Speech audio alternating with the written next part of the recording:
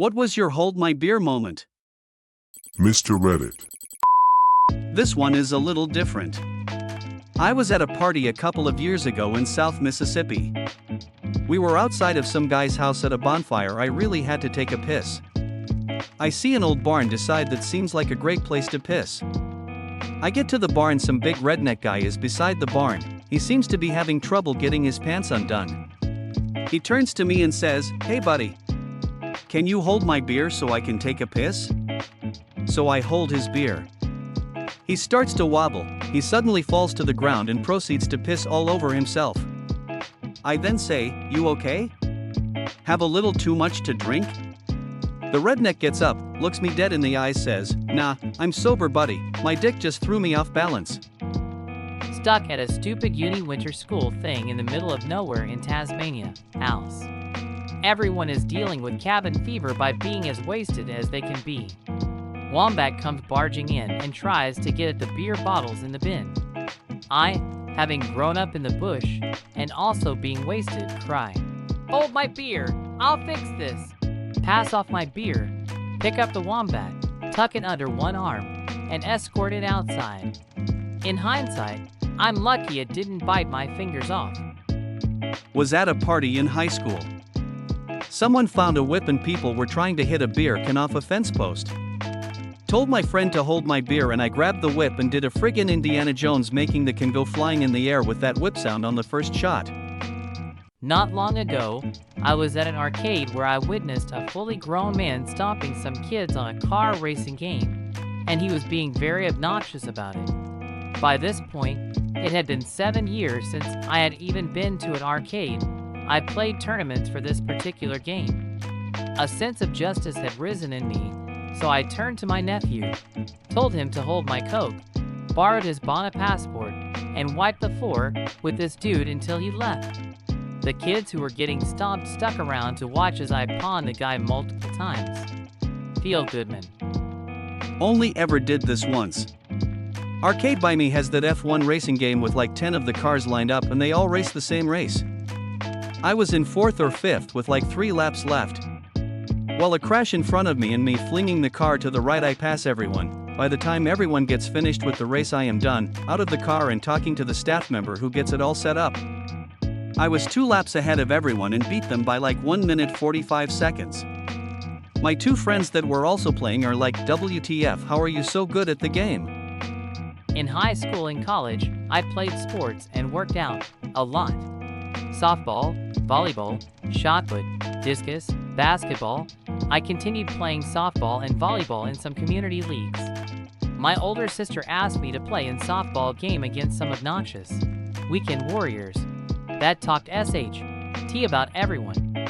So, as we are playing, they rag and get nasty every time a woman is up to bat. They yell, "Move up! It's a no-hitter," and other obnoxious crap. Some of the women got on base, some didn't.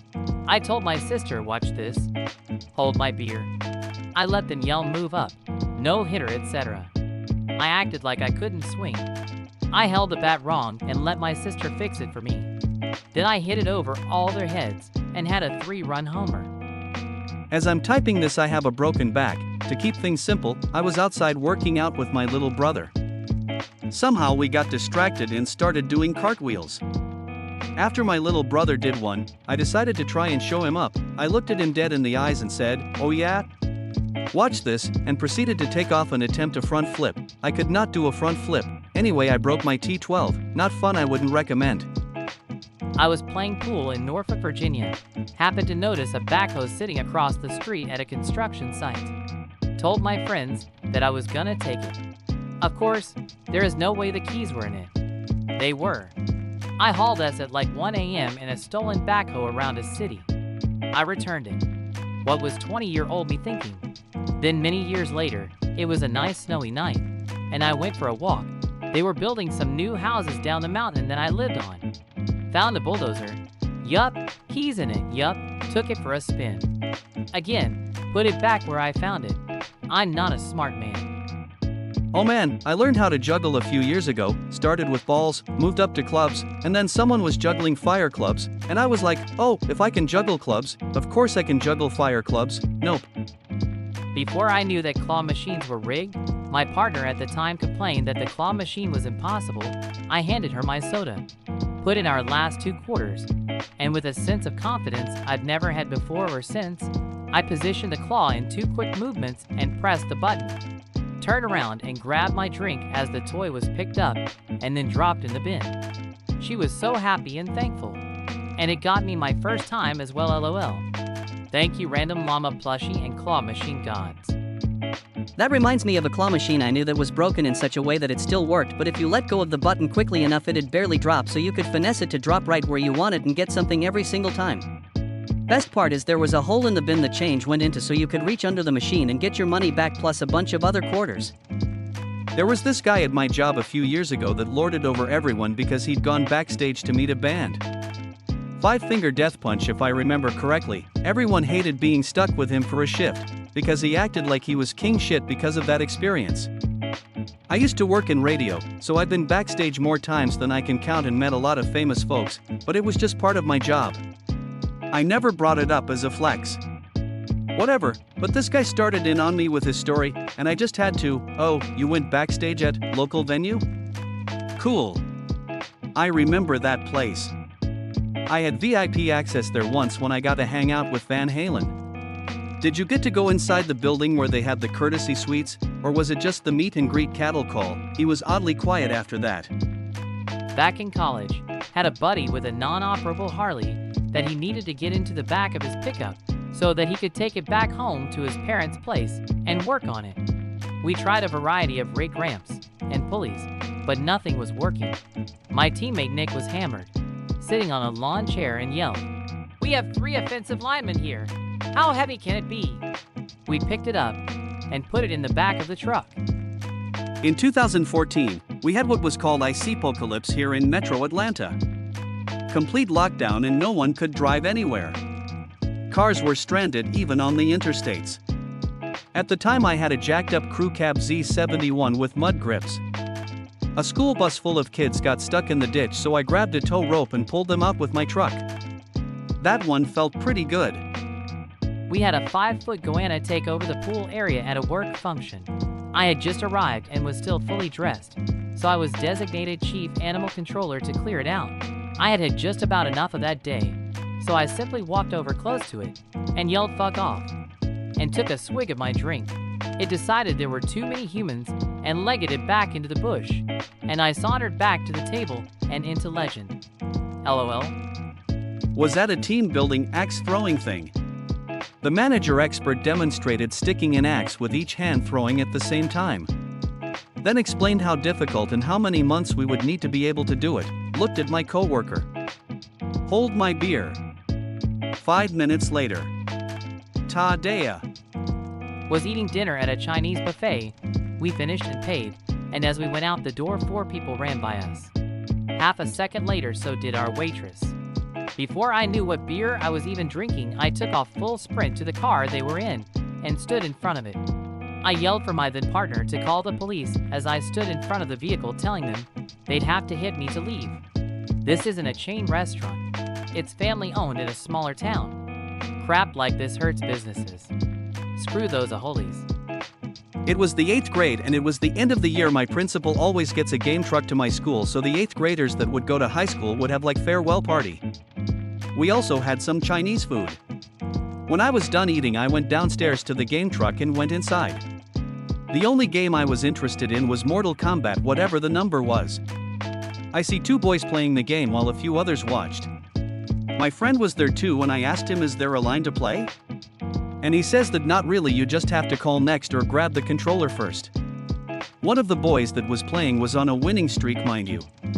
When the other boy lost, I quickly grabbed the controller and started playing with him. I picked Raiden. He lost. And every boy that watched was making fun of him for losing to a girl. He tried to say he went easy on me, and we played 2 more times and he still lost. It was time to pack up, but that was my moment. My father bet me $20 that I couldn't beat him in Mortal Kombat like I could when I was a kid. Me not being one to back down from such a challenge, hold my beer. Ended up $20 in the hole. Guess he's been practicing for a while, face with tears of joy. I was out with my girl at the time at a fair thing. While she was playing a knockdown cans game, the guy started making fun of her and she asked me to get a penguin for her, and when I stepped up the guy said, "Your skinny boyfriend can't win you at either," with a big grin. I however was a professional water polo player and got all down 3 in a row and got her penguin and more. I went to a party in one of the most dangerous parts of my city, Caracas, Venezuela. Between the friends I was with, I'm considered the fancy pants, and they used to think of me as some kind of a wuss. Well, turns out that one of my friends started flirting with the GF of a pretty dangerous guy, and became a target. After the party was over, me and my friends left, but got ambushed by 4 guys with guns.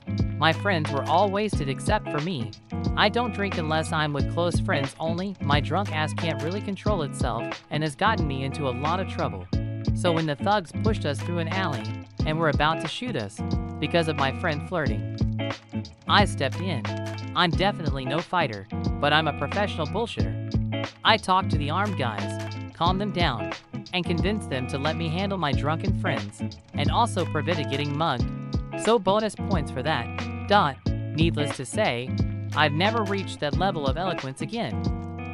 I was in Atlantic City, already a bad decision, and we're at a seedy strip club.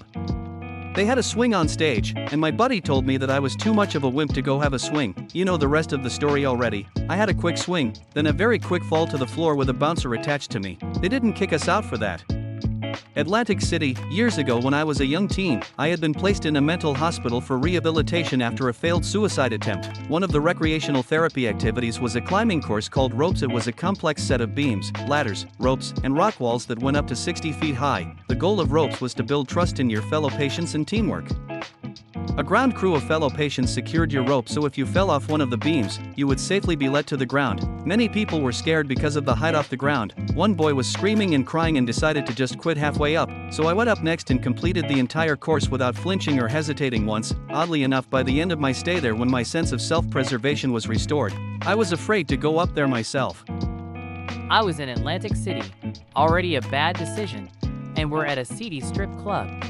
They had a swing on stage, and my buddy told me that I was too much of a wimp to go have a swing. You know the rest of the story already. I had a quick swing, then a very quick fall to the floor with a bouncer attached to me. They didn't kick us out for that. Atlantic City. I don't know if it fits, but I was holding my own beer for this 90s YOLO moment, fitting 90s term, assuming I was 18 years old and at a friend's house party for this incident. We were all drinking, of course, among other things. A neighbor called the police, as they do, and DPD showed up at the door asking to come in. For reasons that are still beyond me, the person that lived there said sure and let them right in. We were all immediately sat down on the sofa, chairs, and floor in the living room and told to get our IDs out and ready. The lady cop started calling people up one by one, checking the age on their ID/DL, and then giving them each an MIP ticket, minor in possession. If I remember correctly. She gets to me about halfway through the crowd, and to that point she's hitting a 100% citation rate, and seemed to be loving it. I figured I didn't have anything to lose at that point, so when she waved me toward her, I stood up, looked her dead in the eyes, and then down the last half of my butt ice, again, the 90s, like I was fucking untouchable. No more than 2 steps toward her and she rolled her eyes, waved me back, told me to sit back down, and moved on to whoever was next. Still amazed to this day that my dumbass attempt at careless confidence led not to my being arrested, but instead to me being the only person at the party that didn't get a citation. That was possibly my coolest moment ever, and my cool factor has been nothing but downhill since.